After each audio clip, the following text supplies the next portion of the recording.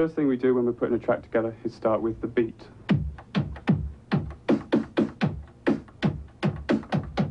Then we add something from a record like this.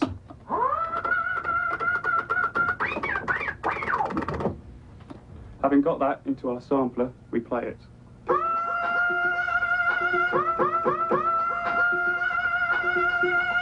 And that's it. Coldcut is a top British sampling crew whose most noted accomplishment has been the combination of a New York rap track with a very different sort of sound from halfway around the world. Coldcut sampled an obscure Israeli record by the Yemenite singer Ofra Haza and used her voice in the Eric B. and Rakim dance hit Paid in Full. Haza knew nothing about it. Ofra benefited from our use of her voice on that record in the long run. It gives a big push to my single in Ninaloo. People was curious to know who is that voice. I think sampling is a bit like, to compare it with another art form, is a bit like photo collage. James Brown may be the most sampled man alive. His sound, and especially his beat, are literally the soul of much current rap music. A lot of people use the record Funky Drummer. And one group I know that used it a lot is Public Enemy and The Rebel. And this is how they used Funky Drummer.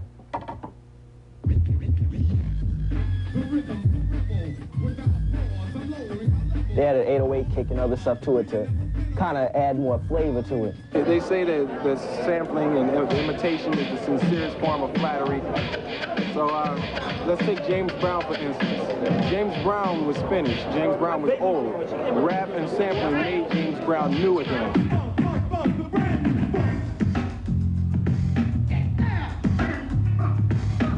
A brand new funk, a brand new funk. Sounds are one thing, but riffs really involve creativity, you know, and It's tone low-key, right? yeah. Well, I like what he's done with it, you know. I mean, unfortunately, a lot of people probably don't know that that was, well, maybe now, but they don't know that that was, you know, Jamie's Crying off the first Van Halen record. Yeah. And I don't really know how Eddie feels about it. Working all week.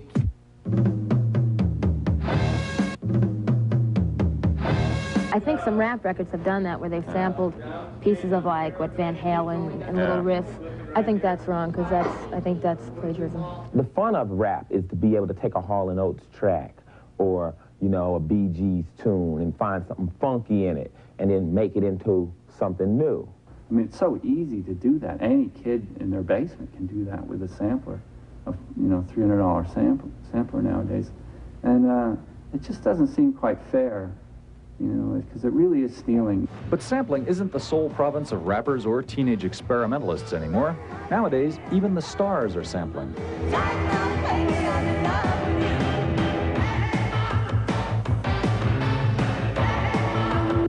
Hey, mama! Hey, mama!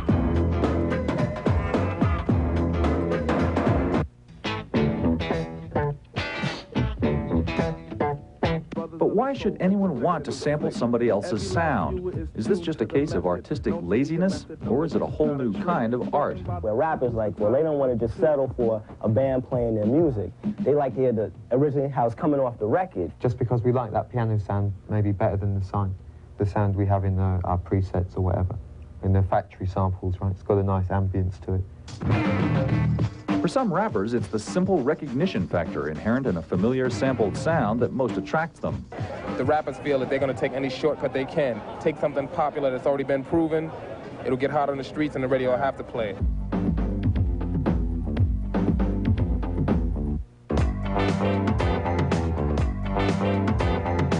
Because you go to a lot of trouble to make records, and it'd be like taking bits of somebody's painting and putting them into yours or something, you know, or a book, like, well, just lift a chapter out of, you know, Moby Dick and put it in here, and that's all right. It was only 4 paragraphs. There are clear-cut laws that protect print and film copyrights, but sampling is something new, and the law has yet to catch up with this powerful technology. It's there, and you can't legislate against it. It's like trying to legislate against refrigerators, you know. You can't really, everybody, once it's The technology's there. Everybody will use it. But legal problems are beginning to crop up. Not all sampling is outright theft these days. Much of it is now cleared with the original performer and paid for, much the same way a guest artist on any other record might be. Record may not cost you any more than using some of the people who made that first record. If you want Bob James to play, you know, it's going to cost you money, right? If you play him, he doesn't have to come in and you pay him, maybe it's easier. Not paying a sampled performer can lead the sampler to court, which is where the Beastie Boys are right now because of their unauthorized sampling of Jimmy Castor's voice on his record Hey Leroy, which they used on a song called Hold It, Now Hit It. The Beasties contend that Castor's sample is just a spice in their song, not the meat of it. But Castor doesn't care. To him, it's just stealing. Yo, Leroy! Hey, Leroy! What? Your mama. It's like up in the air. It isn't really officially decided how much is stealing and how much is making it into something new. It's being litigated right now. Until a judge says that you can or can't do a specific thing, then everybody's just really guessing. One of the major reasons why rap music is so successful is because of the background, not the rap.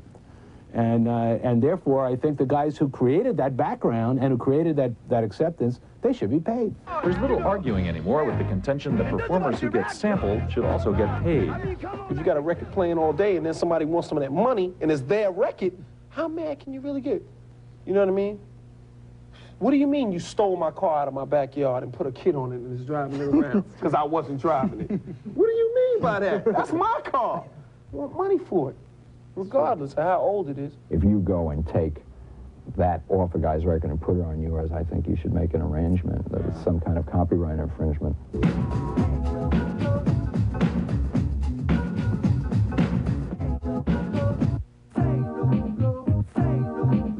On De La Soul Say No Go, we had Daryl Hall's voice on there singing Say No Go, and we heard it and we said this needs to be cleared. But another De La Soul track, Transmitting Live from Mars, wasn't checked out quite so carefully, and that's led to legal problems, specifically a $1.5 million lawsuit filed by the Turtles. We didn't clear the Turtles soundbite because, first of all, the use was so minimal that no one would ever think that it was an infringement. They digitally manipulated it so that our sound source is actually different from the sound source of the Turtles record. So there was no reason for us to think that this would constitute any kind of infringement or that anyone would even complain about it. They've made such insignificant changes to the sound recording that it is still infringement as far as we're concerned, and they have violated our exclusive rights in the sound recording. Quelle heure est-il?